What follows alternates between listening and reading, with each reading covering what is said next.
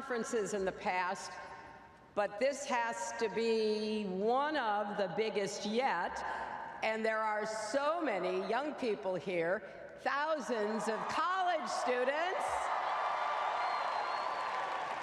from hundreds of campuses around the country. I think we should all give them a hand for being here and beginning their commitment to this important cause.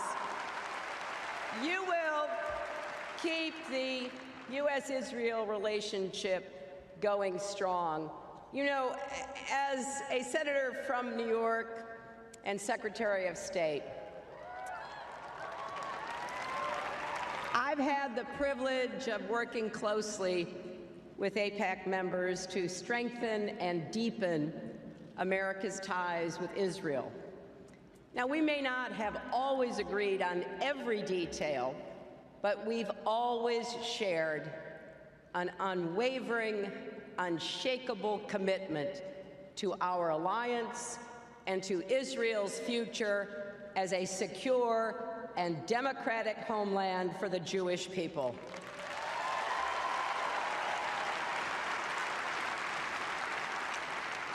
And your support helped us expand security and intelligence cooperation. We will leave AIPAC for just a brief moment as the U.S. Senate's about to gavel in for a quick pro forma session. We'll return to AIPAC as soon as the Senate recesses.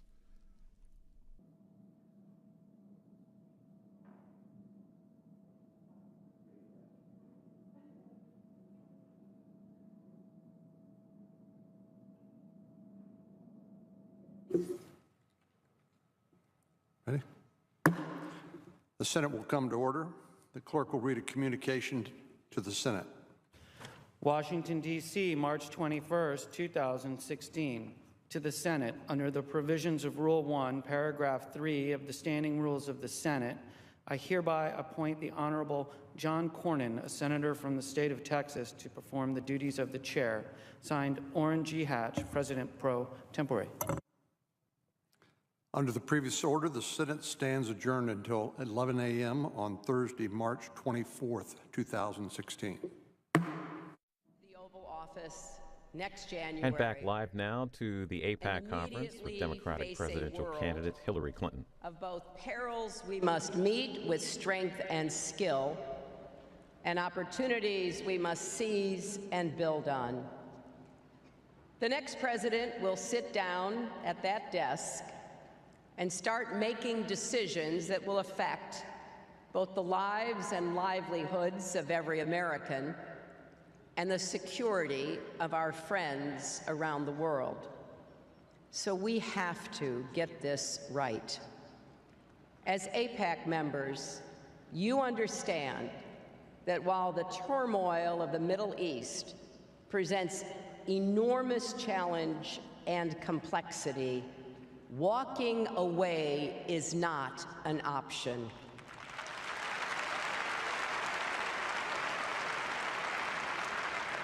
Candidates for president who think the United States can outsource Middle East security to dictators, or that America no longer has vital national interests at stake in this region, are dangerously wrong.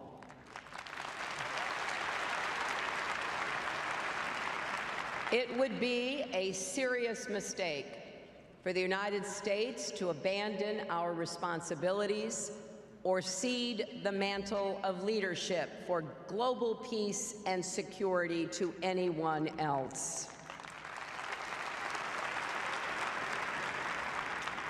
As we gather here, three evolving threats: Iran's continued aggression, a rising tide of extremism across a wide arc of instability, and the growing effort to delegitimize Israel on the world stage, are converging to make the U.S.-Israel alliance more indispensable than ever.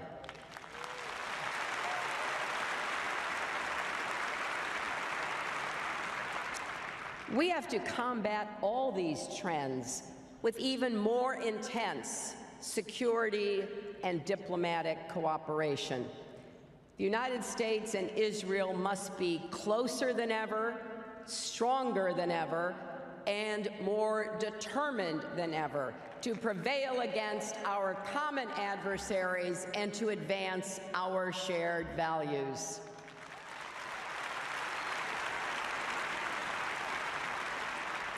This is especially true at a time when Israel faces brutal terrorist stabbings, shootings, and vehicle attacks at home. Parents worry about letting their children walk down the street.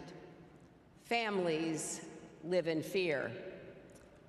Just a few weeks ago, a young American veteran and West Point graduate named Taylor Force was murdered by a Palestinian terrorist near the Jaffa port. These attacks must end immediately, and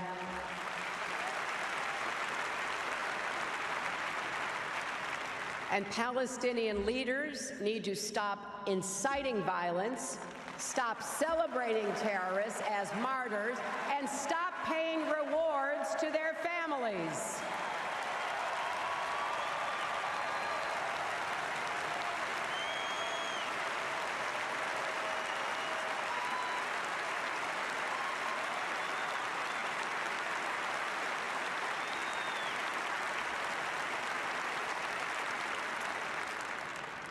Because we understand the threats Israel faces, we know we can never take for granted the strength of our alliance or the success of our efforts. Today, Americans and Israelis face momentous choices that will shape the future of our relationship and of both our nations. The first choice is this: are we prepared to take the U.S.-Israel alliance to the next level? This relationship has always been stronger and deeper than the headlines might lead you to believe. Our work together to develop the Iron Dome saved many Israeli lives when Hamas rockets began to fly. I saw its effectiveness firsthand in 2012 when I worked with Prime Minister Netanyahu to negotiate a ceasefire in Gaza. And if I'm fortunate enough to be elected president, the United States will reaffirm we have a strong and enduring national interest in Israel's security.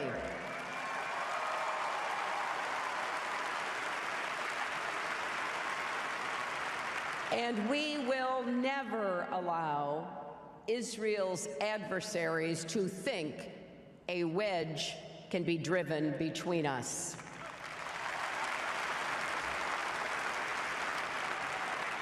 When we have differences, as any friends do, we will work to resolve them quickly and respectfully. We will also be clear that the United States has an enduring interest in and commitment to a more peaceful, more stable, more secure Middle East. And we will step up our efforts to achieve that outcome. Indeed, at a time of unprecedented chaos and conflict in the region, America needs an Israel strong enough to deter and defend against its enemies, strong enough to work with us to tackle shared challenges, and strong enough to take bold steps in the pursuit of peace.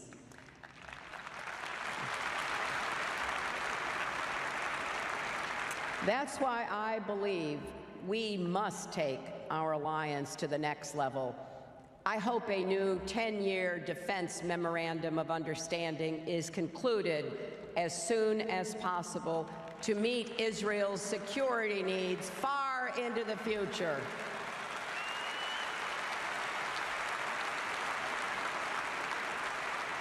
That will also send a clear message to Israel's enemies that the United States and Israel stand together, united.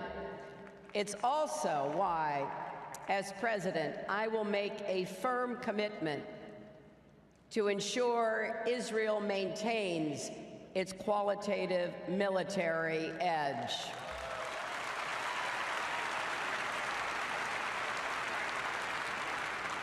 The United States should provide Israel with the most sophisticated defense technology so it can deter and stop any threats. That includes bolstering Israeli missile defenses with new systems like the Arrow 3 and David Sling. And we should work together to develop better tunnel detection, technology to prevent arms smuggling, kidnapping, and terrorist attacks.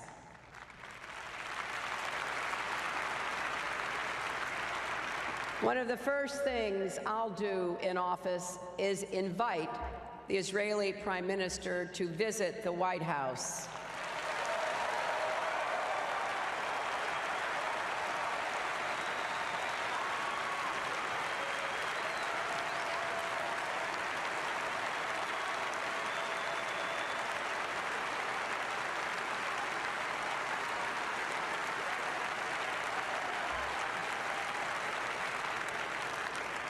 And I will send a delegation from the Pentagon and the Joint Chiefs to Israel for early consultations. Let's also expand our collaboration beyond security. Together, we can build an even more vibrant culture of innovation that tightens the links between Silicon Valley and Israeli tech companies and entrepreneurs.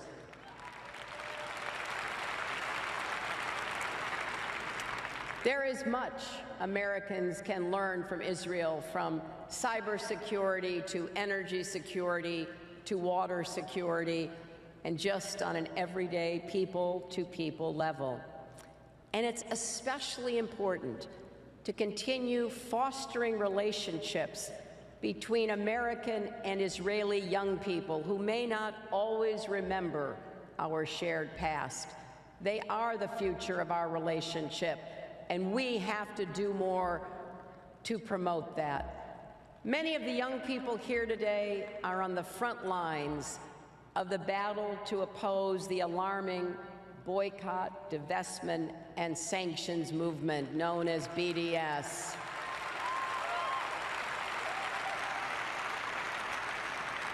Particularly at a time when anti-Semitism is on the rise across the world, especially in Europe, we must repudiate all efforts to malign, isolate, and undermine Israel and the Jewish people.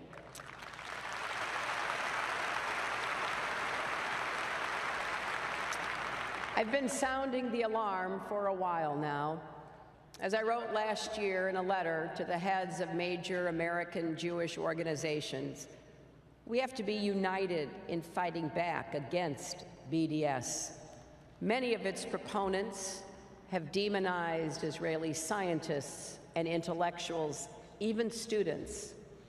To all the college students who may have encountered this on campus, I hope you stay strong. Keep speaking out. Don't let anyone silence you, bully you, or try to shut down debate, especially in places of learning like colleges and universities.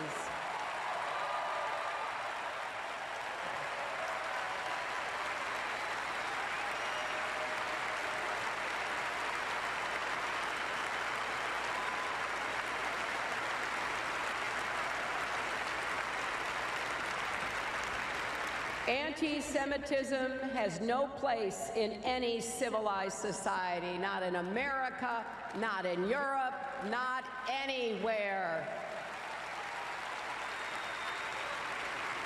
Now, all of this work, defending Israel's legitimacy, expanding security and economic ties, taking our alliance to the next level, depends on electing a president with a deep personal commitment to Israel's future as a secure, democratic Jewish state and to America's responsibilities as a global leader. Tonight, you'll hear from candidates with very different visions of American leadership in the region and around the world. You'll get a glimpse of a potential U.S. foreign policy that would insult our allies, not engage them, and embolden our adversaries, not defeat them. For the security of Israel and the world, we need America to remain a respected global leader, committed to defending and advancing the international order, an America able to block efforts to isolate or attack Israel. The alternative is unthinkable.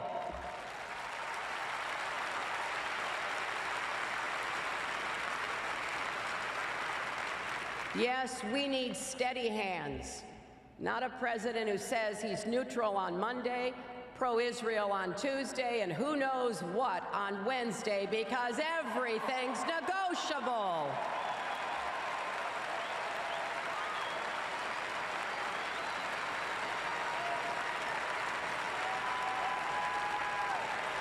Well, my friends, Israel's security is non-negotiable.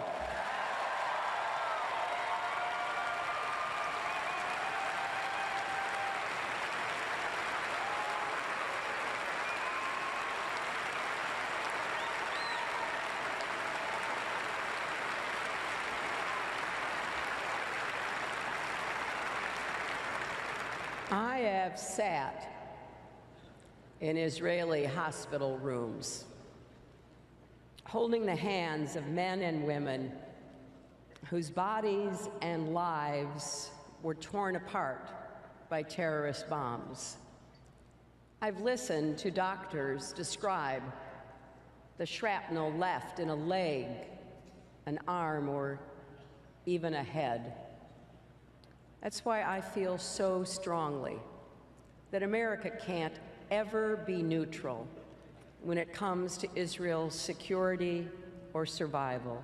We can't be neutral when rockets rain down on residential neighborhoods, when civilians are stabbed in the street, when suicide bombers target the innocent.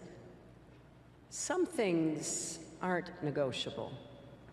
And anyone who doesn't understand that has no business being our president.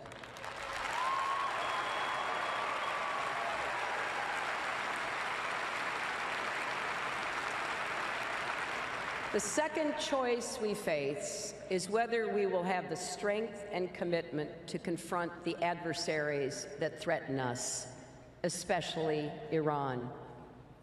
For many years, we've all been rightly focused on the existential danger of Iran acquiring a nuclear weapon.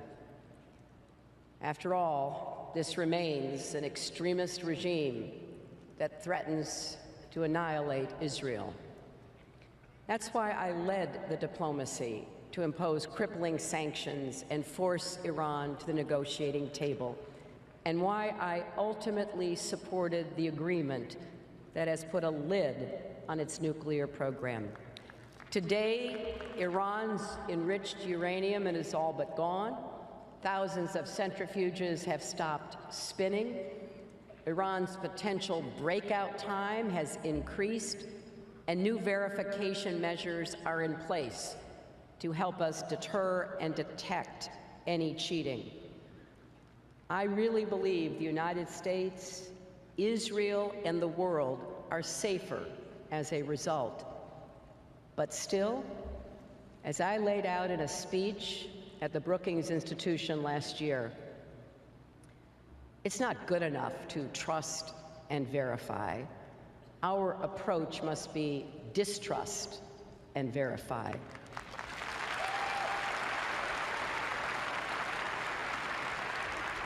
This deal must come with vigorous enforcement, strong monitoring, clear consequences for any violations. and a broader strategy to confront Iran's aggression across the region. We cannot forget that Tehran's fingerprints are on nearly every conflict across the Middle East, from Syria to Lebanon to Yemen. The Iranian Revolutionary Guard Corps and its proxies are attempting to establish a position on the Golan from which to threaten Israel, and they continue to fund Palestinian terrorists. In Lebanon, Hezbollah is amassing an arsenal of increasingly sophisticated rockets and artillery that well may be able to hit every city in Israel. Tonight you will hear a lot of rhetoric from the other candidates about Iran, but there's a big difference between talking about holding Tehran accountable and actually doing it. Our next president has to be able to hold together our global coalition and impose real consequences for even the smallest violations of this agreement.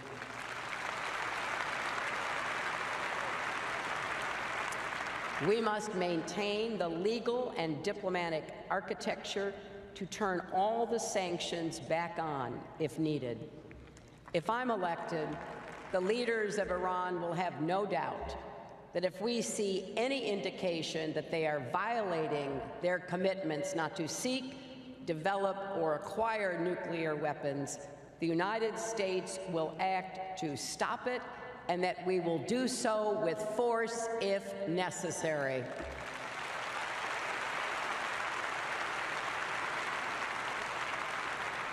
Iranian provocations like the recent ballistic missile tests also are unacceptable and should be answered firmly and quickly, including with more sanctions. Those missiles were stamped with words declaring, and I quote, "Israel should be wiped from the pages of history." We know they could reach Israel or hit the tens of thousands of American troops stationed in the Middle East. This is a serious danger, and it demands a serious response. The United States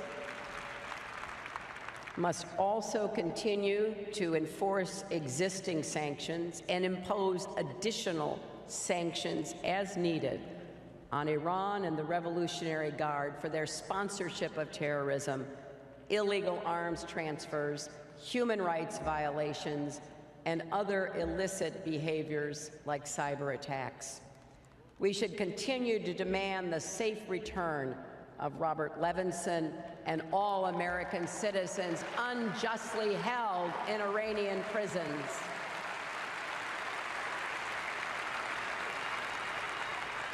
And we must work closely with Israel and other partners to cut off the flow of money and arms from Iran to Hezbollah. If the Arab League can designate all of Hezbollah as a terrorist organization, surely it is time for our friends in Europe and the rest of the international community to do so as well, and to do that now.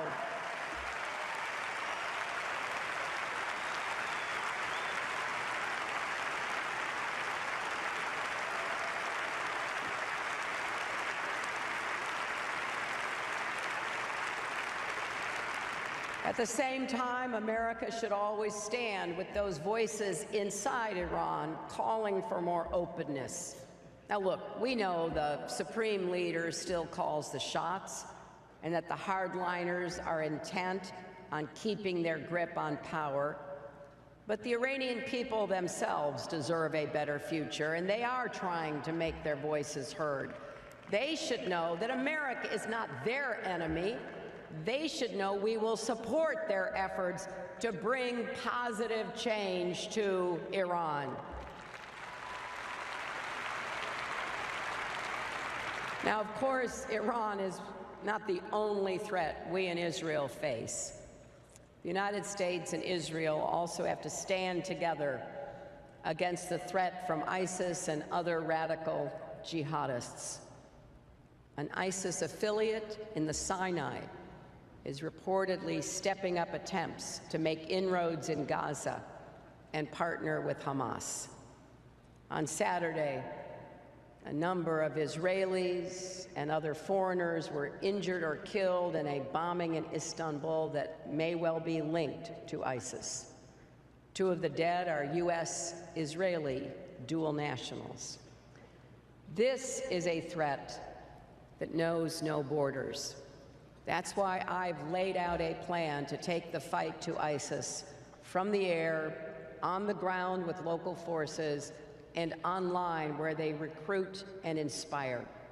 Our goal cannot be to contain ISIS. We must defeat ISIS.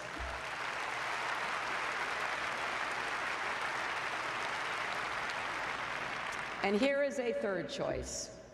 Will we keep working toward a negotiated peace or lose forever the goal of 2 states for 2 peoples?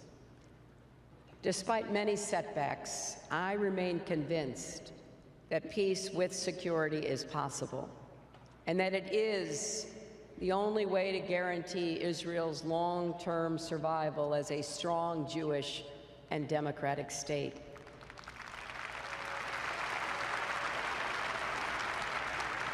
It may be difficult to imagine progress in this current climate, when many Israelis doubt that a willing and capable partner for peace even exists.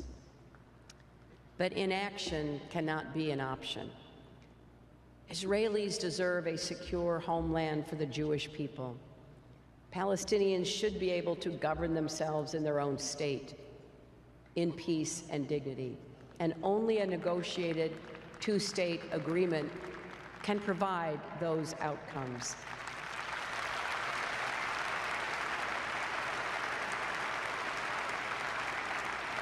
If we look at the broader regional context, converging interests between Israel and key Arab states could make it possible to promote progress on the Israeli-Palestinian issue. Israelis and Palestinians could contribute toward greater cooperation between Israel and Arabs. I know how hard all of this is. I remember what it took just to convene Prime Minister Netanyahu and President Abbas for the 3 sessions of direct face-to-face peace talks in 2010 that I presided over. But Israelis and Palestinians cannot give up on the hope of peace. That will only make it harder later. All of us need to look for opportunities to create the conditions for progress, including by taking positive actions that can rebuild trust, like the recent constructive meetings between the Israeli and Palestinian finance ministers aiming to help bolster the Palestinian economy, or the daily on-the-ground security cooperation between Israel and the Palestinian Authority. But at the same time, all of us must condemn actions that set back the cause of peace. Terrorism should never be encouraged or celebrated, and children should not be taught to hate in schools. That poisons the future. Everyone has to do their part by avoiding damaging actions, including with respect to settlements. Now, America has an important role to play in supporting peace efforts. And as president, I would continue the pursuit of direct negotiations. And let me be clear, I would vigorously oppose any attempt by outside parties to impose a solution, including by the UN Security Council.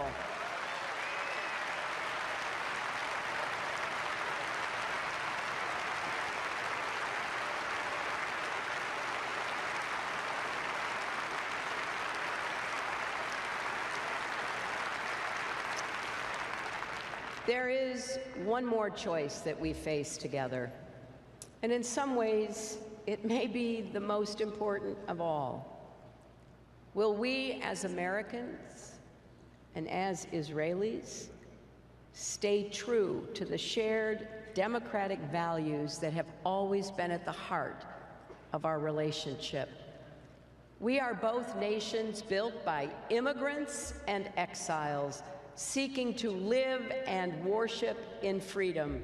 Nations built on principles of equality, tolerance, and pluralism. At our best, both Israel and America are seen as a light unto the nations because of those values. This is the real foundation of our alliance, and I think it's why so many Americans feel such a deep emotional connection with Israel. I know that I do, and it's why we cannot be neutral about Israel and Israel's future, because in Israel's story, we see our own, and the story of all people who struggle for freedom and self-determination. There's so many examples. You know, we look at the Pride Parade in Tel Aviv, one of the biggest and most prominent in the world.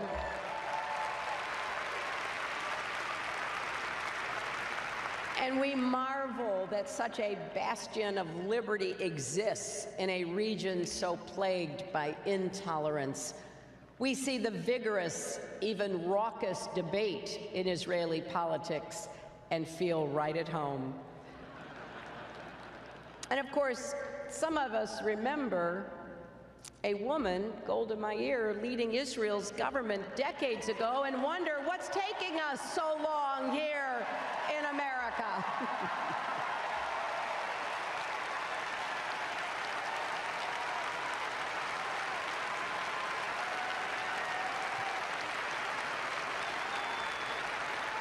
But we cannot rest on what previous generations have accomplished.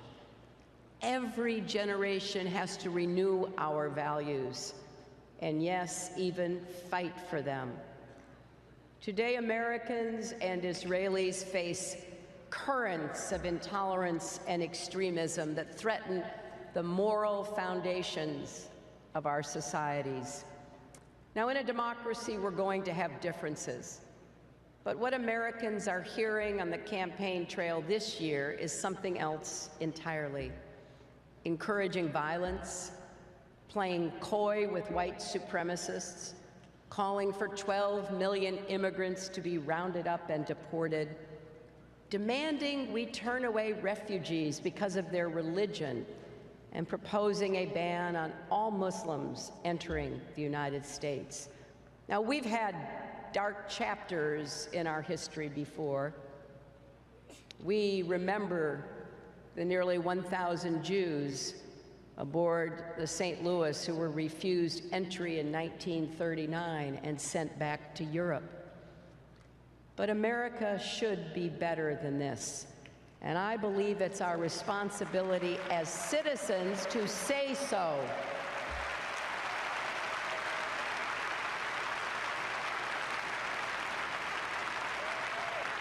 If you see bigotry, oppose it.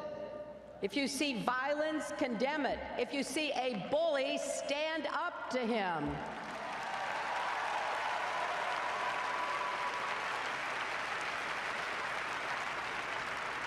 On Wednesday evening, Jews around the world will celebrate the festival of Purim, and children will learn the story of Esther, who refused to stay silent in the face of evil. It wasn't easy. She had a good life, and by speaking out, she risked everything. But as Mordecai reminded her, we all have an obligation to do our part when danger gathers, and those of us with power or influence have a special responsibility to do what's right. As Elie Wiesel said when accepting the Nobel Peace Prize, neutrality helps the oppressor, never the victim.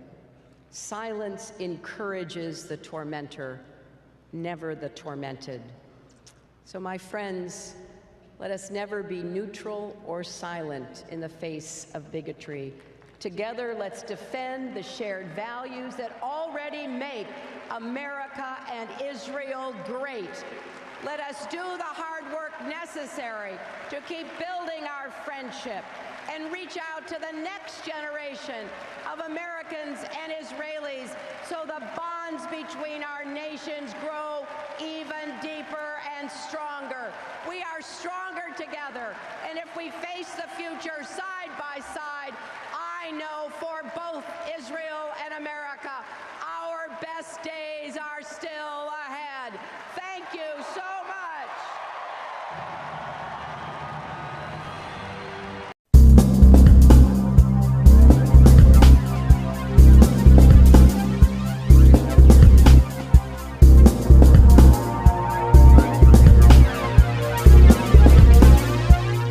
Ready? The Senate will come to order. The clerk will read a communication to the Senate.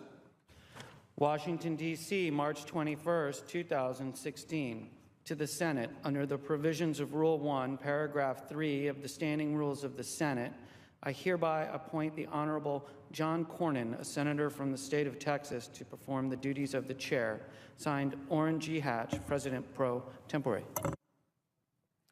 Under the previous order, the Senate stands adjourned until 11 a.m. on Thursday, March 24th, 2016. The Oval Office next January. And back live now to the AIPAC conference with Democratic. And democratic homeland for the Jewish people.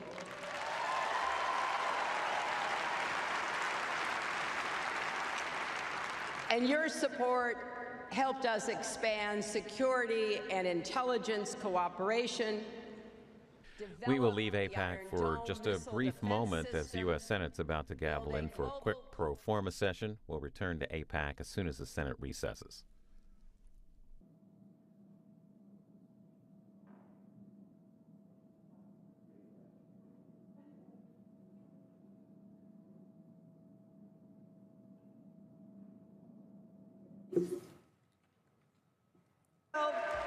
Keep the U.S.-Israel relationship going strong. You know, as a senator from New York and Secretary of State, I've had the privilege of working closely with AIPAC members to strengthen and deepen America's ties with Israel. Now, we may not have always agreed on every detail, but we've always shared an unwavering, unshakable commitment to our alliance and to Israel's future as a secure,